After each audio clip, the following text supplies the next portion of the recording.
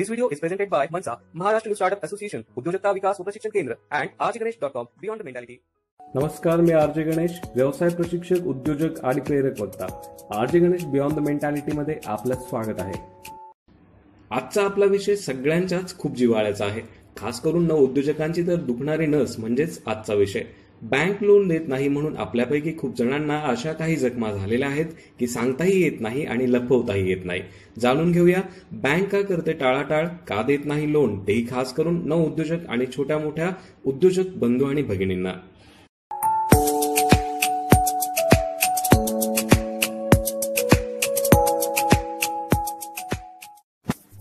बँकेसाठी तुम्ही कोण आहात? तुम्हाला हा प्रश्न नक्कीच भुसकाळात टाकेल, पण चिंता करण्याचं कारण नाही. तर मी असं विचारेल की बँक तुम्हाला नेमकं काय समजते. म्हणजेच बँकेसाठी तुम्ही कोण आहात म्हणजेच याचा अर्थ हाच की बँक तुम्हाला एकतर ग्राहक समजत असेल किंवा बँक तुम्हाला उद्योजक समजत असेल.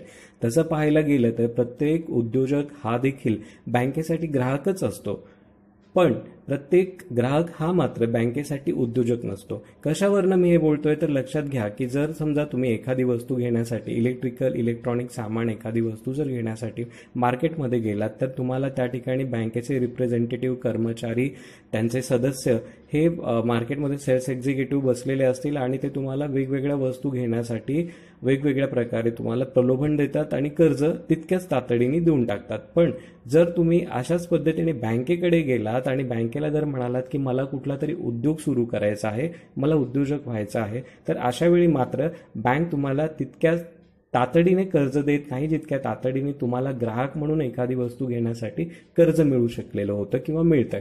तर सांगण्याचं तात्पर्य इतकंच की बँक तुम्हाला एकतर आजही फक्त ग्राहकच समजते किंवा ती तुम्हाला उद्योजक समजत नाही. ही वस्तुस्थिती आणि शोकांतिका आहे.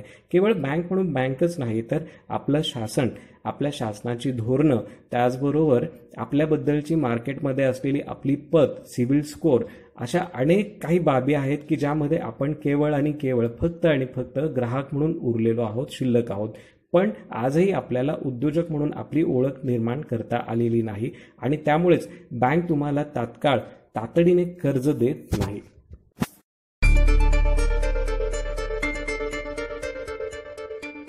कर्ज न मिळण्यात बँक जितकी जबाबदार आहे त्यापेक्षा अधिक चुकी ही उद्योजकांचीच असते. बँक फक्त तुमच्या चुकांना सुधरवून न घेता, त्या चुका दुरुस्त न करता तुमच्या चुकांच्या आड लपून पळवाट काढत असते, तुमच्याकडे दुर्लक्ष करते आणि नवउद्योजकांना कर्ज देण्याचं सोयीस्करपणे टाळत असते. म्हणजेच काय तर चूक आपलीच आणि त्याचा दंडही आपल्यालाच बसतो. याकरिता जेव्हा कधी तुम्ही उद्योगासाठी कर्ज प्रस्ताव दाखल करणार असाल तेव्हा तुम्ही कमीत कमी चुका करा किंवा चुकाच करू नका. बिनचूक आणि भरभक्कम पूर्वतयारी करून मगच बँकेकडे कर्ज मागायला जा, म्हणजे जेणेकरून तुमची योग्यता, सुपात्रता, तुमच्यातली उद्योजकता आदी बाबी बँकेच्या लक्षात येतील व तुमचं कर्ज प्रकरण विनाकारण किंवा उडवाउडवीचे उत्तरं देऊन टाळता तरी येणार नाही. बँक तुम्हाला कर्ज देण्यास बाध्य होईल अशी पूर्वतयारी, अशी व्यूहरचना तुम्ही करायला हवी आहे. आपण ज्या योजनेसाठी, ज्या लोन प्रपोजलसाठी किंवा ज्या कर्जासाठी मागणी करणार आहोत त्या कर्जाबद्दल आपल्याला इत्थंभूत माहिती, बारीक सारीक माहिती माहीत असणं फार गरजेचं आहे. या व्यतिरिक्त आणखीन दुसरी एक समस्या म्हणजे आपल्याकडे जी माहिती आहे ती माहिती चुकीच्या पद्धतीने आपल्याकडे आहे याबद्दल आपल्याला जाणीवच नसते आणि आपण बऱ्याचदा बँकेला असं सांगतो की नाही, मी जी ही माहिती वाचून आलो आहे किंवा जी माहिती माझ्याकडे आहे, मुळात ती माहितीच माहिती म्हणून नसते, तर ती तुमच्या कानावर आलेली अननोन सोर्सेसकडनं किंवा ज्याला आपण असं म्हणू की ज्याच्याबद्दल अधिकृत माहिती नाही आहे अशी माहिती, चुकीची माहिती, अर्धवट माहिती किंवा सांगावांगी कुणाच्या तरी सांगण्यातून तुमच्यापर्यंत आलेली माहिती घेऊन तुम्ही बँकेमध्ये जातात आणि त्यावेळी बँक काय करते, तुमच्या एखाद्या कर्ज प्रकरणाबाबतीत तुमच्याशी टाइमपास करते किंवा चालढकल करते आणि ती ओळखून घेते. बँकेतले कर्मचारी, बँकेतली व्यक्ती जर त्यांना तुम्हाला नाकारायचं असेल तर ते ह्या छोट्याशा गोष्टीवरनं म्हणजे माहितीचा अभाव आणि चुकीच्या माहितींबद्दल तुमचा असलेला अति आत्मविश्वास, या दोन गोष्टीवरनं बँक ताबडतोब ओळखून घेते की ही संबंधित व्यक्ती जी आहे तिला आपण लोन द्यायला हवं की लोन द्यायला नको आहे. आपण आता ह्या बाबतीत आपल्यापैकी काही जणांचं असं म्हणणं असेल की हा ठीक आहे, मला माहिती नाहीये आणि त्यामुळेच तर मग मी बँकेकडे गेलो होतो की बँकेने मला माहिती सांगावी. पण दुर्दैवाची गोष्ट म्हणजे बँक माहिती देण्यासाठी तिथे बसलेली नाहीये. बँक फक्त आणि फक्त काय करते की तुम्ही जर पूर्ण तयारी करून आला असाल तरच तुम्हाला बँक एंटरटेन करते आणि तुमच्याबद्दल थोडासा आत्मीयतेने विचार करते. आणि समजा जर तुम्ही असं म्हणालात की नाही मला माहितीच नाही तर मग मी ही माहिती घेऊ कुठून, तर मग मात्र असं मी म्हणू शकेन की हो, याच्यासाठी काही वेगवेगळे सोर्सेस आहेत, काही इन्स्टिट्यूशन्स आहेत, काही पर्सन्स आहेत की जे तुम्हाला ह्या संदर्भात माहिती, मदत आणि मार्गदर्शन सुद्धा देतात. तर तुम्ही डायरेक्ट बँकेकडे जाण्या अगोदर सगळ्यात आधी जर तुम्ही स्वतः पर्टिक्युलर एखाद्या योजनेसंदर्भात माहिती मिळवण्याचा जर प्रयत्न केला, इत्थंभूत माहिती, पूर्ण माहिती आणि प्रत्येक प्रश्नाचं उत्तर, ज्याला आपण असं म्हणू शकतो की वकिली पॉइंटनी जर समोरच्याने एखादा प्रश्न विचारला तर त्या प्रश्नावरती आपल्याला त्याचं समाधान होईपर्यंत माहिती देता आली पाहिजे, उत्तरं देता आली पाहिजे. आणि अशा पद्धतीने ज्यावेळी तुम्ही तयारी करून जातात त्यावेळी मात्र तुमच्याकडे माहिती आहे किंवा नाही, किंवा माहितीचा अभाव आहे, किंवा चुकीची माहिती घेऊन तुम्ही आलेला आहात असं बऱ्याचदा वाटत नाही. आणि ते न वाटल्यामुळे तुमच्याबद्दल बँकेला आत्मविश्वास निर्माण होतो आणि बँक तुमच्याबद्दल थोडीशी का होईना पॉझिटिव्हपणे विचार करायला लागते.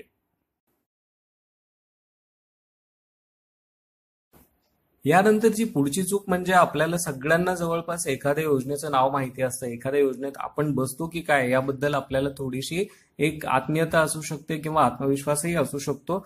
पण आणखीन एक तिसरी जी महत्वाची चूक होते ज्याच्यामुळे तुमच्यातला आत्मविश्वास समोरच्याला, संबंधित बँकेला जाणवत नाही, ती चूक म्हणजे तुम्ही ज्या ज्या वेळी बँकेमध्ये जातात त्या त्यावेळी पूर्ण तयारी न करता जातात. म्हणजेच काय, तर तुम्ही व्हर्बली कम्युनिकेशन करतात, तोंडी त्यांच्याशी संवाद साधतात, फक्त तोंडी असं सांगतात की मला लोन हवं आहे तर मी त्यासाठी काय करू. त्यापेक्षा जर तुम्ही असं म्हणालात की मला हे लोन हवं आहे, मी एखाद्या सीए कडनं किंवा एखाद्या फायनान्शियल ऍडवायझर कडनं ही फाईल बनवून आणली आहे आणि या फाईलमध्ये मी अशा अशा पद्धतीने पूर्णच्या पूर्ण चेकलिस्ट, जे जे काही डॉक्युमेंट्स लावलेले आहे ती चेकलिस्ट त्यांना दाखवायची. त्यांच्याकडनं त्याच्यावरती ओसी म्हणजे ओरिजिनल कॉपी रिसिव्ड याबद्दल तुम्ही त्यांच्याकडनं शेरा लिहून घ्यायचा. इनवर्ड आउटवर्ड डिपार्टमेंट म्हणजे आवक जावक डिपार्टमेंट असा विभाग असतो, त्या विभागामध्ये तुमच्या फाईलची नोंद करून घ्यायची आणि त्याची एक रिसिप्ट कॉपी आपण त्यांच्याकडे सबमिट केल्याची एक पावती आपल्याकडे कॉपी म्हणून, प्रत म्हणून जपून ठेवायची. तर ही जी गोष्ट आहे ही फार क्षुल्लक गोष्ट आहे, पण ह्याचा त्याच्यावरती पडणारा प्रभाव, परिणाम इतका चांगला असतो की संबंधित बँक विचार करते की ही जी व्यक्ती आपल्याकडे आज लोन मागायला आली होती ही काही लेच्या पेच्या म्हणजेच एकदम नवखी व्यक्ती आहे असं नाहीये.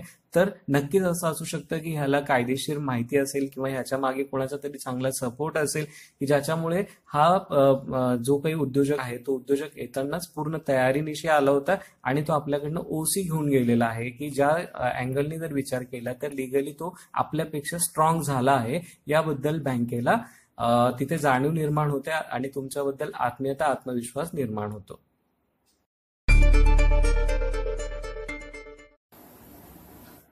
चौथी आणि महत्वाची चूक पुढची ही आहे की आपण ज्यावेळी बँकेला आपली फाईल सबमिट करतो त्यावेळी आपण नाहक एखाद्या वादविवादामध्ये पडतो. बऱ्याचदा बँक असं म्हणू शकते की नाही, आता आमच्याकडे तसं काही टार्गेटच नाहीये, किंवा आमच्याकडे आता लोन देता येणार नाहीये, किंवा तुम्ही आमच्या ह्या बँकेशी तुमचं खातं नाहीये तर त्याच्यामुळे मी तुम्हाला लोन देऊ शकत नाही, अशी उत्तरं देण्याचा त्यांचा एक प्रयत्न असतो, त्यांची मानसिकता असते. तर अशा वेळी आपण त्यांच्याशी हुज्जत घालण्यापेक्षा, त्यांच्याशी वाद घालण्यापेक्षा, सर मी माझं प्रामाणिकपणे काम करतो आहे, मॅडम मी माझं काम प्रामाणिकपणे करत आहे, तुम्ही तुमचं काम करा, as per my rules and rights, मला जर काही हक्क आणि माझे स्वतःच्या ज्या काही जाणीव आहेत, ज्या काही गरजा आहेत त्याच्यानुसार मी आज तुमच्याकडे फाईल घेऊन आलो आहे. मी तुमच्याशी व्हर्बल कम्युनिकेशन न करता लिटरली या ठिकाणी मी रिटर्न मध्ये तुमच्याकडे कम्युनिकेशन करतोय, तुम्हाला लिखित स्वरूपामध्ये मी माझा अर्ज देतोय. तर माझी तुमच्याकडे अपेक्षा आहे, विनंती आहे की तुम्ही आपल्याशी चर्चा,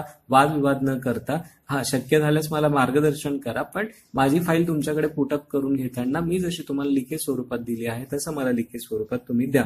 बऱ्याचदा ह्या बाबतीत ह्यानंतरही असं दिसतं, घडतं की एखादी बँक तुम्ही आणलेली फाईल सुद्धा नाकारते, घेण्यास टाळाटाळ करते. अशा वेळी तुम्ही आणखीन एक पुढचा लिगल जो एक प्रोसिजरचा भाग आहे तो वापरू शकता. तो म्हणजे तुम्ही एखाद्या पोस्टाने आपल्या भारतीय डाक विभागाच्या भारतीय पोस्टल खात्याच्या मार्फत एखादी रजिस्ट्री करून ते जे तुमचे फाईल आहे ती सबमिट करू शकतात आणि ती ज्यावेळी त्यांच्याकडे पोच पावती म्हणून तुम्ही पोस्टाकडनं त्याची पोच पावती घेऊ शकतात, मागवू शकतात. तर कुठलीही फाईल ती पोस्टाने आली किंवा तुम्ही प्रत्यक्षात आणून दिली आणि त्याचा जर ओसी किंवा पोच पावती जर त्याची जनरेट झाली असेल तर त्या फाईलवरती कमीत कमी 14 दिवस, जास्तीत जास्त 45 दिवसाच्या आत त्या बँकेला, संबंधित बँकेला निर्णय घ्यावा लागतो. तो निर्णय काय घ्यायचा, कशा पद्धतीने घ्यायचा तो त्यांचा अधिकार असतो. पण आपण ज्यावेळी आतापर्यंतची जी प्रोसिजर आहे ज्याच्यामध्ये माहितीचा अभाव हा एक आपला मुद्दा होता, तो आपण टाळला. त्याच्यानंतर चुकीची माहिती आपण कॉन्फिडन्सने मांडत होतो, तोही एक भाग आपण टाळला. तिसरी गोष्ट, आपण लिखित स्वरूपात ही सगळी प्रोसिजर केली. आणि चौथी गोष्ट, आपण हुज्जत न घालता, वादविवाद न करता आपल्याला ज्या ज्या काही वैधानिक कायदेशीर पद्धतीच्या मार्गांचा अवलंब करता येईल त्या मार्गांचा अवलंब करून बँकेपर्यंत आपण आपलं म्हणणं, आपलं कर्ज प्रकरण, आपलं अर्ज त्यांच्यापर्यंत पोहोचवणं गरजेचं. हे झाल्यानंतर मग आपल्याला पुढे काय काय करायचं ते महत्वाचं, ते आपण पाहूयात. यानंतर पाचवी आणि महत्वाची चूक म्हणजे आपण चुकीच्या पद्धतीने संपर्क करतो किंवा अप्रोच ज्याला म्हणतो. पोहोचण्याची जी आपली पद्धत आहे बँकेकडे, बँकेच्या एखाद्या व्यक्तीकडे, तर ती आपली बऱ्याचदा चुकीची असते. तर चुकीचं काय काय होतं त्याच्यामध्ये, बॉडी लँग्वेज आपली चुकीची असू शकते, कम्युनिकेशन आपलं चुकीचं असू शकतं, चुकीची वेळ आपण बऱ्याचदा त्या ठिकाणी अवलंबत असतो किंवा त्यांची वेळ न घेता किंवा त्यांचे जे काही प्रायोरिटीज आहेत त्या लक्षात न घेता आपण फक्त आपला जो काही कर्ज प्रकरण आहे त्या आपल्या कर्ज प्रकरणाचा पाठपुरावा करण्याचा हव्यास करतो, ध्यास करतो. आणि त्याच्यामुळे काय होतं की ह्या चुकीच्या पद्धतीने संपर्क केल्यामुळे अप्रोच तुमचा जो आहे तो ऍटिट्यूड आणि अप्रोच चुकीचा होतो आणि त्याच्यामुळे तुमच्याबद्दल संबंधित बँक कर्मचारी, बँक अधिकारीच थोडेसे साशंक होतात आणि त्याच्यानंतर त्याचा विपरीत परिणाम त्यांच्या मानसिकतेवर होतो आणि त्यांच्या मानसिकतेच्या नंतर ते तुमच्याबद्दल ज्या ज्या गोष्टी त्यांना सकारात्मक पद्धतीने करायच्या आवश्यक असतात त्या टाळतात आणि त्याचा परिणाम कुठेतरी तुमच्या प्रोजेक्टवरती, तुमच्या प्रपोजलवरती सुद्धा होण्याची शक्यता नाकारता येत नाही. म्हणून शक्यतो सगळ्यात पहिले काय करायचं, एक तुमची बॉडी लँग्वेज, 2 तुमचं अपीअरन्स, 3 तुमचा अप्रोच, 4 तुमचा ऍटिट्यूड. ह्या चारही गोष्टी फार महत्वाच्या असल्या पाहिजे. आणि ज्या ज्यावेळी तुम्ही त्यांच्याशी संपर्क करणार तर त्यावेळी तुम्ही अगोदर त्यांची परवानगी घ्यायला हवी आणि त्यांना तेवढा एक मुबलक वेळ द्यायला हवा की ज्या पर्टिक्युलर वेळेमध्ये त्यांना तुमच्या फाईलबद्दल, तुमच्या प्रपोजलबद्दल विचार करणं शक्य होऊ शकेल. तर किमान तुम्ही 4 ते 7 दिवसांचा अवधी त्यांना देणं गरजेचं. त्यानंतर जर शक्य झालं तर 14 दिवस ते 22 दिवसांचा पिरियड तुम्ही त्यांना देऊ शकतात.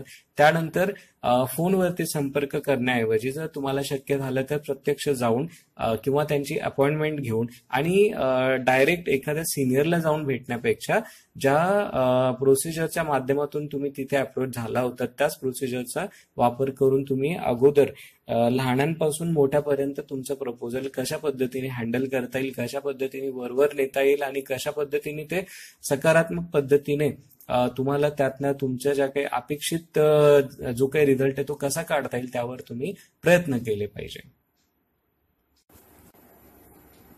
चुकीच्या पद्धतीने संपर्क किंवा पाठपुरावा ह्याच्यामध्ये आणखीन एक चूक जी आढळून येते ती म्हणजे बरीच लोक काय करतात, कुठल्या तरी एजंट्सला, पुढाऱ्यांना, आमदार, खासदार, तुमच्या स्थानिक प्रतिनिधी, लोकप्रतिनिधी किंवा एखादा भाई यांना सुद्धा ही बँकेत घेऊन जातात तुमचं एखादं प्रपोजल पास करावं म्हणून सांगण्यासाठी.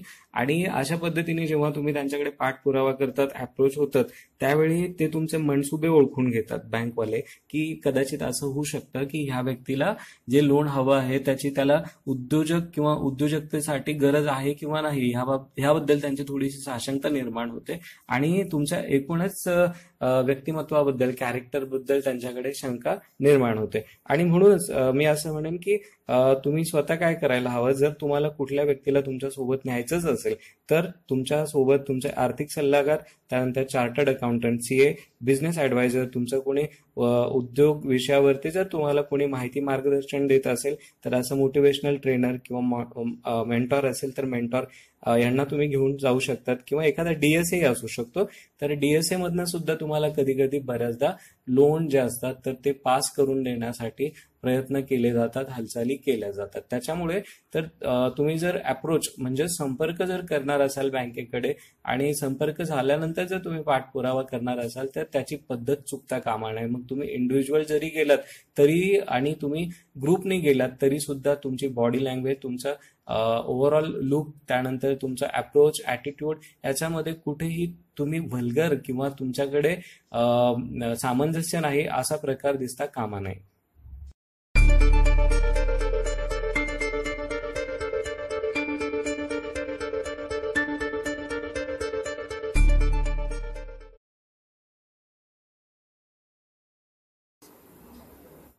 कर्ज प्रकरणाच्या बाबतीत काही उद्योजकांच्या बाबतीत असं आढळून येतं, असं निदर्शनास येतं की काही उद्योजकांकडे दूरदृष्टीचा अभाव असतो आणि त्याचबरोबर त्यांच्याकडे बऱ्याचदा काय होतं, फाजील आत्मविश्वास असतो. म्हणजेच काय की दूरदृष्टीचा अभाव म्हणजे तुमचा जो काही उद्योग तुम्हाला सुरू करायचा आहे त्या उद्योगाची सुरुवात जर तुम्ही 1 महिन्यानंतर केली, 6 महिन्यानंतर केली किंवा 3 महिन्यानंतर केली तर ह्या पूर्ण उद्योगाला पुढचे 1080 दिवस म्हणजे 3 वर्षापर्यंत नेमकं कोणकोणत्या अवस्थेतून जायचं आहे किंवा कोणकोणत्या स्थित्यंतरातून जायचंय किंवा कोणत्या त्याला आपण म्हणता येईल चढ उतार असतील, स्पर्धा असेल, अडचणी असतील, या सगळ्या स्टेजमधून कशा पद्धतीने तुमचा उद्योग जाणार आहे त्याबद्दल तुमचा दूरदृष्टीचा अभाव त्यांना दिसून येतो. आणि त्याबरोबर तरी सुद्धा तुम्ही असं सांगतात की मी जे सांगतोय तेच खरं आहे, तेच योग्य आहे, तेच बरोबर आहे, असा जो तुमचा आत्मविश्वास असतो तो फाजील असतो. फाजील आत्मविश्वासामुळे, दूरदृष्टीच्या अभावामुळे बऱ्याचदा काय होतं की तुमच्याबद्दल संबंधित बँक सकारात्मक विचार करणं सोडून देते. म्हणून जर तुमच्याकडे जर असं झालं की तुमची फाईल पुटअप झाली, तुम्ही ओसी वगैरे घेतली, लिगली तुम्ही स्ट्रॉंग झालेला आहात, तर अशा वेळी ज्यावेळी तुम्हाला बँक एखाद्या वेळी चर्चेसाठी बोलवेल किंवा फोनवरती तुमच्याशी चर्चा करेल किंवा तुम्हाला प्रत्यक्ष बोलावून तुमच्याशी चर्चा करेल, तर त्यावेळी तुम्ही फाजील आत्मविश्वास न ठेवता चांगल्यात चांगल्या गोष्टी काय काय आहेत त्याबद्दल तुम्ही चांगल्या पद्धतीने त्यांच्याशी दूरदृष्टिकोनाचा तुम्ही तिथे परिचय द्यायला हवा की मी जर हा उद्योग व्यवसाय पुढच्या 1 महिन्यात सुरू केला, पुढच्या 3 महिन्यात सुरू केला किंवा 6 महिन्यात सुरू केला तर मी ह्याला कशा पद्धतीने पुढे रन करू शकतो, येत्या 3 वर्षामध्ये मला कोणकोणत्या अडचणी येणार आहेत, त्यासाठी मला नेमकं काय काय करावं लागणार आहे याबद्दल तुमच्याकडे पूर्ण इत्थंभूत माहिती असावी. म्हणजे 1 रुपया कशा पद्धतीने तुमच्याकडे कमवला जाईल आणि 1 रुपयाचं नियोजन तुम्ही कशा पद्धतीने खर्च आणि गुंतवणूक त्याचबरोबर ती तुमच्याकडे बचत या 3 दृष्टिकोनातून कशा पद्धतीने कराल ह्याबद्दल तुम्हाला पूर्ण आत्मीयतेने, आत्मविश्वासाने, फाजील आत्मविश्वास मध्ये न आणता, अहंकार, अज्ञानाला मध्ये न आणता ते तुम्हाला पटवून देता आलं पाहिजे.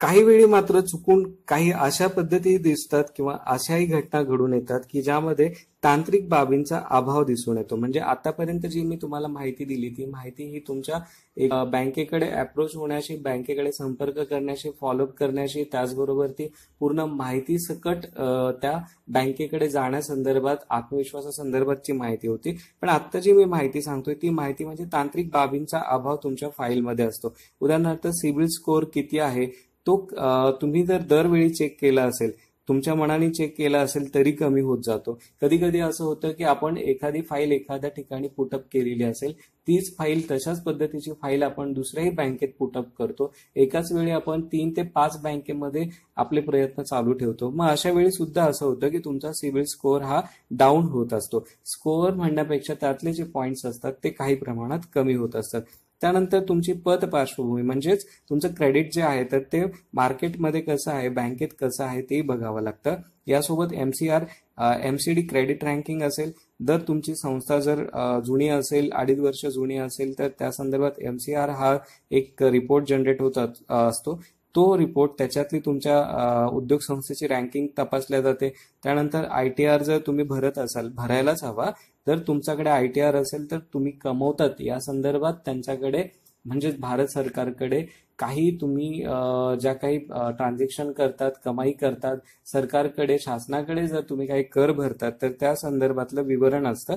आयकर विवरण भरणं या संदर्भात ITR ज्याला आपण म्हणतो ती एक तांत्रिक बाब तुम्हाला पूर्ण करावी लागते. त्यानंतर अकाउंट हिस्ट्री, अकाउंट ट्रान्झॅक्शन तुमचं चेक केलं जातं. त्याच्यामध्ये काही फॉल्ट नसायला पाहिजे. फॉल्ट म्हणजेच उदाहरणार्थ कशाचं तुम्हाला लेट पेमेंट लागायला नकोय, चेक बाउन्स झालेला नसावा, थर्ड पार्टी गॅरंटी, तुम्ही कोणाला तरी गॅरंटर म्हणून राहिला आहात आणि त्या संबंधित व्यक्तीने लोन चुकवलं नाहीये, कर्ज फेड केलेली नाहीये, त्यामुळे कदाचित असं होतं की तुमच्याबद्दल तुमच्या ट्रान्झॅक्शन हिस्ट्रीमध्ये, सिबिल स्कोअरमध्ये या सगळ्या गोष्टींचा तांत्रिक जो मुद्दा आहे तो तिथे दिसत असतो. या व्यतिरिक्त तुमचे जे काही केवायसी आहेत, म्हणजे तुमचे पर्सनल आयडेंटिफिकेशन डॉक्युमेंटेशन, उदाहरणार्थ ओळखपत्र असेल, रहिवास प्रमाणपत्र असेल, याच्यामध्ये तुमच्या नावाचे स्पेलिंग सुद्धा कधी कधी काही प्रमाणात खालीवर चुकीच्या असतात. आडनाव जे आहे तर ते मराठीमध्ये वेगळं, इंग्रजीमध्ये वेगळं असतं. त्याचबरोबर तुमच्या टीसी वरती वेगळं नाव असू शकतं किंवा स्पेलिंग वेगळी असू शकते आणि तुमचं जे काही ओळखपत्र आहे त्याच्यावरती स्पेलिंग वेगळी असू शकते. तर ह्या अशा छोट्या छोट्या तांत्रिक बाबीवरनं सुद्धा तुमच्या एखाद्या लोनच्या ज्या काही शक्यता आहे, लोन देण्याच्या, कर्ज मंजूर करण्याच्या, त्या नाकारण्याची शक्यता वाढते. म्हणून तुम्ही या छोट्यातल्या छोट्या, बारकाईतल्या बारकेत गोष्टी ज्या आहेत तर त्यांच्याबद्दल सुद्धा जागरूक राहायला हवं. त्यानंतर जर तुमचं बचत खातं किंवा तुमचं चालू खातं, ज्याला आपण सेव्हिंग अकाउंट, करंट अकाउंट म्हणतो, ह्यातल्या ज्या काही उलाढाल आहेत त्या वेगवेगळ्या खात्यांच्या तुम्हाला दाखवाव्या लागतात. शक्यतो ह्या 1 वर्षाच्या, म्हणजे 1 एप्रिलच्या पासून सुरुवात होते तर पुढच्या वर्षीच्या 31 मार्च पर्यंतच्या, अशा पद्धतीने तुम्हाला तपशील, इतिहास, लेखाजोखा हा मेंटेन करावा लागतो, ज्याला काही ठिकाणी ITR बरोबर ऑडिट पण, ताळेबंद लेखापरीक्षण म्हणून पण आपल्याला माहिती आहे या संदर्भात. जर तुमचं 1 CR पेक्षा जर काही अमाऊंट जास्त मोठ्या प्रमाणावरती जर तुमचे ट्रान्झॅक्शन होत असतील, तुमच्या एकूण उलाढाल होत असेल की जी 1 करोडच्या वरती जाते, तर अशा वेळी तुमचं ऑडिट करणं गरजेचं असतं. तर ह्या सगळ्या गोष्टीमध्ये कागदपत्र आणि प्रस्तावातील तुमच्या जर काही त्रुटी असतील, की एखाद्या डॉक्युमेंटवरती तुम्ही एखादी गोष्ट सांगितली आहे आणि दुसऱ्या डॉक्युमेंटमध्ये दुसरंच काहीतरी दिसतंय, तर अशा वेळी सुद्धा डिफरन्स जे आहे तर त्याच्यामुळे डाऊट घेण्यासाठी जागा मिळते. त्याचबरोबर ओळखपत्र, निवास, केवायसी, मी हे जे तुम्हाला सांगितलं, ह्या काही महत्वाच्या गोष्टी आहेत. फिनान्शियल, ज्याच्यामध्ये तुमचं उत्पन्न, जमा खर्चाचं जे काही ताळेबंद आहे, उदाहरणार्थ जर तुम्हाला 50,000 इन्कम आहे आणि आतापर्यंत तुमचा घर खर्च, तुमचा ऑफिस खर्च, तुमचा सगळा खर्च आणि तुमचे काही हप्ते जर जात असतील, तर ते हप्ते मिळून जर तुमच्याकडनं 40 ते 42 हजार रुपये खर्च होत असतील आणि 8,000 रुपयेच जर तुमच्याकडे शिल्लक राहत असतील, तर तुम्हाला नव्याने लोन देताना 50,000तून जर 42 गेले, उरले 8 पैकी तुम्ही खाणार काय, बँकेला तुम्ही कर्ज म्हणून EMI देणार काय, याबद्दल शंका उपस्थित होऊ शकते. आणि त्यानंतर बँक असा विचार करू शकते की आपण यांच्या एकूण उत्पन्नाच्या पटीमध्ये जर आपण विचार केला तर 35% तुम्हाला अमाऊंट सँक्शन होत असते. त्याच्या व्यतिरिक्त तुम्हाला अमाऊंट सँक्शन करता येत नाही. तर जर तुमचा 50,000च पगार आहे आणि 42,000 तुमचा खर्च आहे, तर 8,000 रुपये शिल्लक उरत असताना तुम्हाला कोणतीही बँक कोणत्याही प्रकारचं रिस्क न घेता किंवा रिस्क घेऊन तुम्हाला लोन देण्याचा शक्यतो टाळतेच. तांत्रिक चुकीमध्ये अजून महत्वाच्या गोष्टी म्हणजे तुमचं इन्कम सोर्सेस काय आहे, नेमकं तुम्हाला पैसा कुठून येतो, याचे जर डॉक्युमेंटेशन व्यवस्थित मिळाले नाही, पैशांचा हिशोब जर जुळत नसेल आणि तुमची जी काही एकूण प्रॉपर्टी आहे ती प्रॉपर्टी नेमकी कुणाची आहे, कधीपासून घेतलेली आहे, त्याचे टॅक्सेशन तुम्ही भरलेले नसतील किंवा कोलेटरल जर तुम्ही देऊ शकत नसाल, तर अशा वेळी बऱ्याचदा तांत्रिक दृष्टिकोनातून तुमचं प्रपोजल रिजेक्ट होण्याची शक्यता नाकारता येत नाही किंवा ते होल्डवरती तरी ठेवण्याची शक्यता राहते.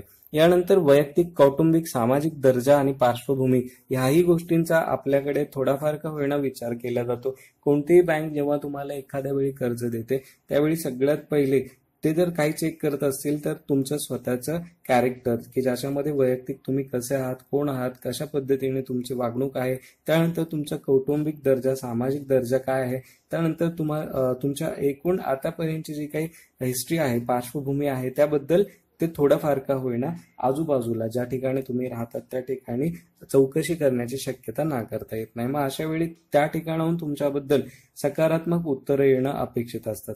यानंतर जर तुम्हाला मुलाखतीसाठी त्यांनी बोलावलं असेल तर त्या ठिकाणी तांत्रिक महत्वाची बाब अशी आहे की मुलाखतीमध्ये तुमच्याकडनं सुमार चुका होतात आणि त्या इतक्या गचाळ किंवा वाईट पद्धतीच्या चुका असतात की ज्यामुळे तुम्हाला बँक शक्यतो मुलाखतीमध्येच लोन देण्याचं 100% रिजेक्शन्सचा विचार करते. आता तुम्ही म्हणाल की एखादा इंटरव्ह्यू होतो किंवा एखादी मुलाखत होते, त्याच्यामध्ये तुम्हाला रिजेक्शन करण्याचं काय कारण आहे? तर मी ते तुम्हाला समजावून सांगतो. मुलाखतीमध्ये होणाऱ्या ज्या काही चुका आहेत त्याबद्दल आपण बोलतोय. तर मुलाखतीमध्ये काय नेमकं चूक होतं ते मी तुम्हाला सांगतो. दूरदृष्टीचा अभाव तर आपण हा मुद्दा अगोदरच घेतला आहे. त्यानंतर तुमचं एकूण डॉक्युमेंटेशनचा आपण तुम्हाला सांगितलं आहे. पण सगळ्यात महत्वाचं, ज्यावेळी तुम्ही संवाद साधतात त्यावेळी मात्र तुमच्याकडनं जी महत्वाच्या चुका होतात त्या अशा की बँक तुम्हाला पडताळून पाहत असते. पडताळून पाहणं म्हणजे नेमकं काय? आमचे एक क्लायंट होते माझे, त्यांच्याकडे त्यांना एक साधारण 25 लाखाचं लोन सँक्शन झालं होतं. आणि सँक्शन झालं म्हणजे त्यांना 25 लाखाची आवश्यकता होते, म्हणून त्यांनी त्या संबंधित बँकेमध्ये अर्ज केला होता. अर्ज केल्यानंतर बँकेने त्यांना चर्चेसाठी बोलवलं. त्या योजनेबद्दल त्यांच्याकडनं माहिती विचारून घेतली. माझ्याकडनं त्यांनी माहिती घेतल्यामुळे त्यांना ती माहिती बऱ्याच अंशी माहीत होती. त्यानंतर त्यांनी डॉक्युमेंटेशनही व्यवस्थित केलेलं होतं की ज्याचा असा परिणाम झाला की त्यांना इंटरव्ह्यूसाठी बँकेने तिथे बोलवलं. इंटरव्ह्यूमध्ये त्यांच्या प्रोडक्शन बद्दल, त्यांच्या सर्व्हिस सेक्टर बद्दल, सेल्स अँड मार्केटिंग बद्दल, पुढच्या 3 वर्षाच्या फ्युचर बद्दल, त्यांच्या बिझनेसला नेमका काय ग्रोथ असणार आहे त्याबद्दल माहिती घेण्यात आली आणि त्याच्यामध्ये त्यांनी चांगल्या पद्धतीने उत्तर दिली. पण शेवटी जेव्हा कन्क्लुजनचा पॉइंट आला त्याच्यामध्ये बँकेने त्यांना विचारलं की आम्ही तुम्हाला 25 लाख तर देऊ शकत नाही, तर तुम्ही एक काम करू शकता का की समजा आपण असं केलं की 25 लाख तुम्ही जे आम्हाला प्रपोजल दिलं त्याच्यामध्ये आपण आत्ता तुम्हाला फक्त आमच्या as per the rules and regulation आम्ही तुम्हाला 15 लाख आत्ता सध्या देऊ शकतो. तर ह्या सद्गृहस्थांनी काही विचार न करता, मुळात त्यांची गरज 15 लाखच होती, त्याच्यामुळे ते एवढे आनंदी झाले आणि आनंदी होऊन त्यांनी डायरेक्ट सांगितलं की चालेल मला काही हरकत नाहीये, तर तुम्ही जर मला 15 लाख कर्ज देऊ शकत असाल तर मी 15 लाख घ्यायला तयार आहे. त्यानंतर संबंधित बँकेची व्यक्ती त्यांनी काय केलं, ते म्हणाले ठीक आहे आता आपण काय करूयात, तुम्ही 1-2 मिनिट बसा, आम्ही आमच्या सिनियरशी बोलून सांगतो. आणि ते पुन्हा त्यांच्या सिनियरशी बोलून अर्ध्या पाऊण तासांनी त्यांना पुन्हा केबिनमध्ये बोलवलं. कॅबिनमध्ये बोलवल्यानंतर त्यांच्याशी जेव्हा चर्चा सुरू झाली त्या चर्चेमध्ये त्यांनी सांगितलं की तुमच्या डॉक्युमेंट्समध्ये असे छोटे छोटे काही प्रॉब्लेम्स आहे, तर तुम्हाला आत्ता आमच्याकडनं 15 लाख तर नाही पण 12 लाख मात्र आम्ही देऊ शकतो. तर मग त्यांना विचारलं की 12 लाख तुम्ही कर्ज घेणार का? तर ह्या गृहस्थांनी, आमच्या क्लायंटनी थोडासाही विचार न करता असा निर्णय घेऊन टाकला की ठीक आहे तुम्ही 12 देऊन टाका, मी माझ्याकडनं 3 कुठून तरी ऍडजस्ट करतो आणि माझा उद्योग व्यवसाय सुरू करतो. ह्या त्यांच्या वागणुकीमुळे काय झालं की बँकेला त्यांच्या एकूण प्रपोजल बद्दल, त्यांच्या बिझनेस बद्दल, त्यांच्या व्यक्तिमत्वाबद्दल थोडासा कुठेतरी संशय निर्माण झाला. कारण जी व्यक्ती 25 लाखाचं लोनसाठी प्रपोजल घेऊन आली ती व्यक्ती 15 वरती आली, 15 वरनं ती 12 वरती आली आणि 12 वरती आल्यानंतर 5 लाखावरती त्यांचं लोन सँक्शन झालं. तर सांगण्याचं तात्पर्य इतकंच आहे की बँक काय करते, तुमचा आत्मविश्वास, तुम्ही कशा पद्धतीने मुलाखत देतात, त्यानंतर तुम्ही तुमच्या उद्योगाबद्दल किती सजग आहात, ह्या सगळ्या गोष्टी कुठे ना कुठे बघत असते. आणि त्याच्यामुळे बऱ्याचदा काय होतं की ज्यावेळी ते तुम्हाला आजमावून बघतात, ज्यावेळी ते तुम्हाला तुमचा एक व्ह्यू आणि व्हिजन तुमचं चेक करण्याचा प्रयत्न करतात, त्यावेळी जर तुम्ही पूर्ण आत्मविश्वास पूर्णाने जर उत्तर देऊ शकला नाहीत, पटवून देऊ शकला नाहीत, तर बऱ्याचदा तुमचं नुकसान होण्याची शक्यता नाकारता येत नाही. ह्या व्यतिरिक्त मुलाखतीमध्ये अजून काही महत्वाच्या ज्या चुका होतात त्या म्हणजे आपण आगळपगळ ज्यावेळेस गप्पा करतो त्यावेळी गप्पा करताना आपण समोरच्याची रिस्पेक्ट ठेवून बोलणं फार गरजेचं असतं. त्यानंतर काय सांगायचं नाही किंवा काय सांगायचं आहे याबद्दल आपल्याला भान असायला हवं. आपल्या चुका, आपल्याकडनं झालेल्या आतापर्यंतच्या काही चुका ज्या असतील की ज्याच्यामुळे आपल्या उद्योगधंद्यावरती परिणाम होतोय, तर त्या चुका सांगत असताना बऱ्याचदा अशा चुका मी यापुढे करणार नाही म्हणून मला स्वतःला काही प्रेरक प्रशिक्षण घेतलं आहे किंवा मी त्या संदर्भातले काही प्रशिक्षण पूर्ण करून आलेलो आहे, याची जर तुम्ही पुस्ती जोडली तर तुम्ही एखादी जर चुकीची गोष्ट तुमच्याबद्दल मुलाखतीमध्ये सांगितली असेल तर त्याचा जो इम्पॅक्ट आहे, निगेटिव्ह इम्पॅक्ट, तो तिथनं निघून जातो. अशा बऱ्याच अशा काही चुका असतात की ज्या इंटरव्ह्यू दरम्यान, मुलाखती दरम्यान आपल्याकडनं होतात. याच्यामध्ये खास करून म्हणजे बॉडी लँग्वेज हा एक प्रकार आहे. तुमचा उद्योग व्यवसाय तुम्ही कुठे करणार आहात, तर ह्या प्रश्नाचं उत्तर देताना मी इथंच करणार आहे. इथंच म्हणजे काय, तर तुम्हाला ते अक्षरशः शब्दशः व्यवस्थित सांगता आलं पाहिजे. त्याच्यानंतर हातवारे तुम्ही कोणत्या पद्धतीने करतात, तुमचा ड्रेस सेन्स कसा आहे, त्याच्यानंतर तुमची बोलण्याची पद्धत काय आहे, तुम्ही समोरच्याला ऐकून घेऊन, समजून घेऊन मग त्यांना काही समजावून सांगतात का, या अशा छोट्या छोट्या गोष्टींचा तुमच्या एकूण लोन प्रपोजल सँक्शन करण्याच्या इंटरव्ह्यूमध्ये विचार केला जातो आणि त्याचा कुठेतरी परिणाम तुमच्या व्यक्तिमत्वावरती होतो आणि तुमच्या व्यक्तिमत्वाचा परिणाम कुठेतरी तुमच्या कर्ज प्रकरणावरती नाकारता येत नाही. तर शक्यतो मुलाखतीमध्ये सुद्धा तुम्ही अशा चुका टाळणं फार गरजेचं आहे.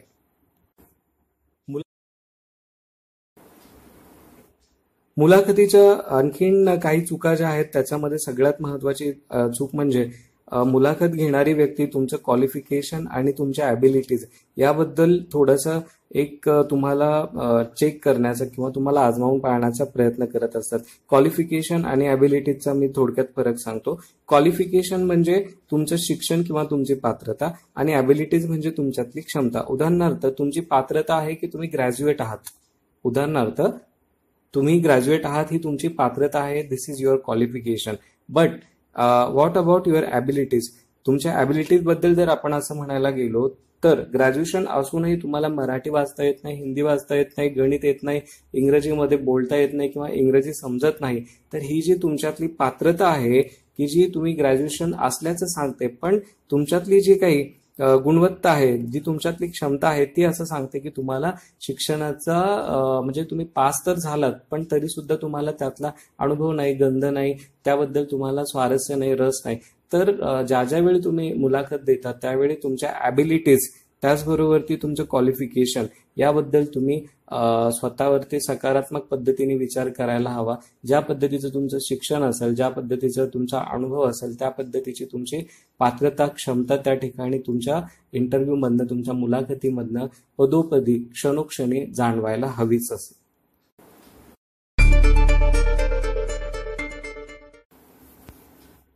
नवउद्योजक किंवा प्रतिष्ठित उद्योजक म्हणून जेव्हा तुम्ही एखाद्या बँकेकडे कर्ज मागण्यासाठी जातात त्यावेळी सगळ्यात महत्वाचा आणखीन एक भाग येतो, तो म्हणजे तुम्हाला तुमचं व्यक्तित्व आणि व्यक्तिमत्व याबद्दल माहिती असायला हवी. याला आपण पर्सनॅलिटी डेव्हलपमेंट असं इंग्रजीमध्ये म्हणतो. तर पर्सनॅलिटी डेव्हलपमेंट अंतर्गत आणि बाह्य म्हणजे तुमचं बाहेरून दिसणारं रूप आणि तुमच्या आतमध्ये असणारा आत्मविश्वास या दोन्ही गोष्टी झळकायला हव्या तुमच्या मुलाखतीमधनं, एकूण तुमच्या बिहेवमधनं. उद्योजकाचं तुमचं जे काही नेतृत्व आहे ते तिथे दिसायला हवं, कौशल्य तुमच्यातली कुशलता ती तिथे दिसायला हवी, तुमचं शिक्षण, अनुभव, तुमच्या शहाणपणा, तुमच्यातील सुज्ञपणा, आत्मविश्वास, संवाद, सादरीकरण, एकंदरीतच काय तर या संदर्भातच नाही तर जागतिक घडामोडी, त्यानंतर तुमच्या चालू घडामोडी, आसपासच्या ज्या काही घटना आहे या संदर्भातही तुमचे स्वतःचे व्यक्तिगत विचार असावेत की कदाचित जर इंटरव्ह्यूमध्ये त्या संदर्भात काही प्रश्न तुम्हाला विचारण्यात आले तर तुमच्याकडे त्याबद्दल उडवाउडवीची उत्तरं नसावी, ती उत्तरं प्रामाणिक असावी आणि ती तेवढ्या दूरदृष्टिकोनाची असायला हवी. थोडक्यात काय तर एक उद्योजक म्हणून तुम्ही परिपूर्ण उद्योजक वाटायला हवात. आणखीन एक महत्वाचा विषय म्हणजे ज्यावेळी तुम्ही बँकेकडे तुमचं एखादं प्रपोजल दिलेलं असेल त्यावेळी तुम्हाला ह्याची जाणीव असायला हवी की कोणकोणत्या बँकेमध्ये कोणकोणत्या प्रकारचे कर्ज मंजूर केल्या जातात किंवा मंजूर होत नाहीत. काही बँका, खास करून प्रायव्हेट बँका अशा आहेत की ज्या उद्योगधंद्याच्या नावामध्ये सर्व्हिस हा शब्द लागलेला असेल अशा ठिकाणी बऱ्याच बँका त्या सर्व्हिस या शब्दामुळे किंवा टूर्स अँड ट्रॅव्हल्स किंवा इव्हेंट्स किंवा इलेक्शन किंवा ज्याच्यासाठी आपण असं म्हणू शकतो प्रेस, पोलीस अशा काही पर्टिक्युलर फील्ड्सला, रोल्सला, जॉब्सना किंवा त्या संदर्भातील कुठल्याही पार्श्वभूमी असलेल्या व्यक्तीला कर्ज देताना टाळाटाळ करतात किंवा ती एक ब्लॅकलिस्ट यादी असते किंवा त्यांची एक यादी अशा पद्धतीने त्यांनी मेंटेन केलेली असते की त्या पर्टिक्युलर उद्योजक, व्यावसायिक किंवा नोकरदार व्यक्तींना कर्ज शक्यतो ती बँक टाळत असते. आणि हे प्रत्येक बँकेचे स्वतःची एक त्याला आपण पॉलिसी म्हणतो, ती पॉलिसी असू शकते, टर्म्स अँड कंडिशन असू शकतात. त्याची माहिती जर आपल्याला नसेल तर ती आपण विचारायला हवी किंवा आपल्या उद्योग व्यवसायाचं नाव ठेवतानाच आपण CA किंवा फायनान्शियल ॲडवायझर कडनं ह्या संदर्भात माहिती मार्गदर्शन करून घ्यायला हवं की आपल्या ज्या संस्थेचं नाव आहे, जे रजिस्ट्रेशन आहे ते अशा कोणत्याही ब्लॅकलिस्टमध्ये येणार नाही याची काळजी आपण अगोदरच घ्यायला हवी.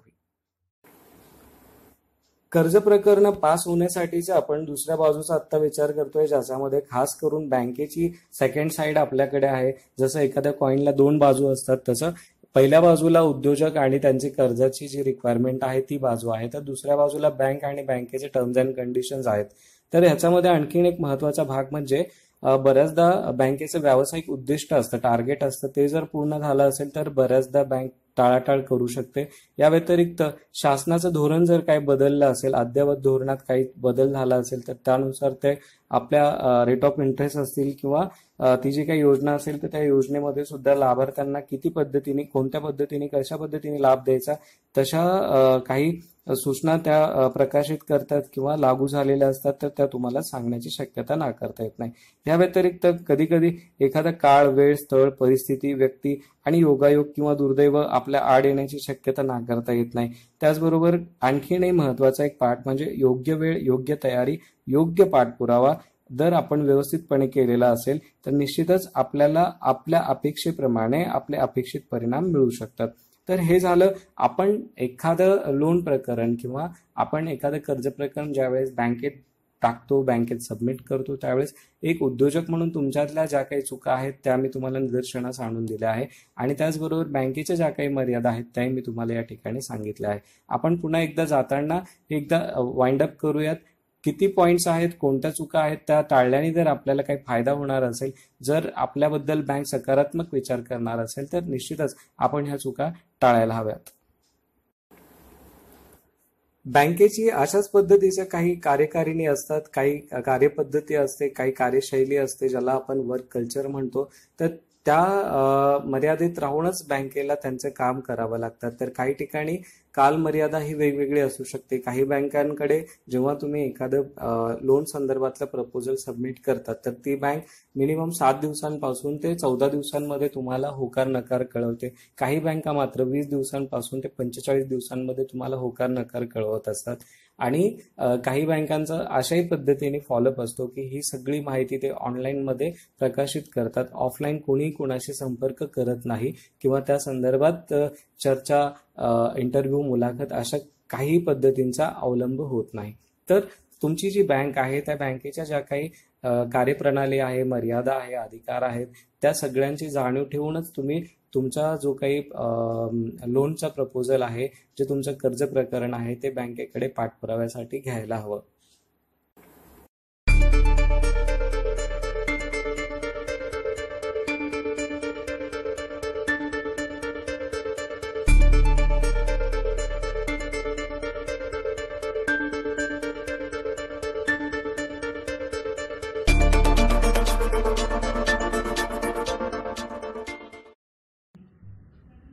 आजच्या या व्हिडिओमध्ये आपण माहिती घेतली की आपण बँकेकडे लोन साठी प्रपोजल सबमिट केल्यावरती बँक आपल्याला का नाकारत असते आणि आपल्या काय चुका होतात त्याबद्दल माहिती दिली आहे. त्याचबरोबर बँकेकडे जाताना काय काळजी घ्यावी जेणेकरून बँक आपलं प्रपोजल, आपलं जे कर्ज प्रकरण आहे ते मंजूर करेल, त्यांच्याशी बोलणी कशा प्रकारे करावी, त्यांच्याशी बोलणी करण्यातच आपलं कशा पद्धतीने यश लपलेलं आहे ते मी तुम्हाला सांगण्याचा प्रयत्न केला आहे. ह्या व्यतिरिक्त पुढच्या काही व्हिडिओजमध्ये मी DPR म्हणजेच डिटेल प्रोजेक्ट रिपोर्ट, कुठल्याही उद्योग व्यवसायासाठी लागणारा प्रोजेक्ट रिपोर्ट कशा पद्धतीने तयार केला जातो त्याची माहिती देईल. IT रिटर्न, बॅलन्स शीट, त्याचबरोबर ती ब्रेक इव्हन पॉईंट, ह्या गोष्टी ज्या की बिझनेससाठी महत्त्वाच्या आहेत त्याही मी तुम्हाला तांत्रिक बाबी सांगणार आहे.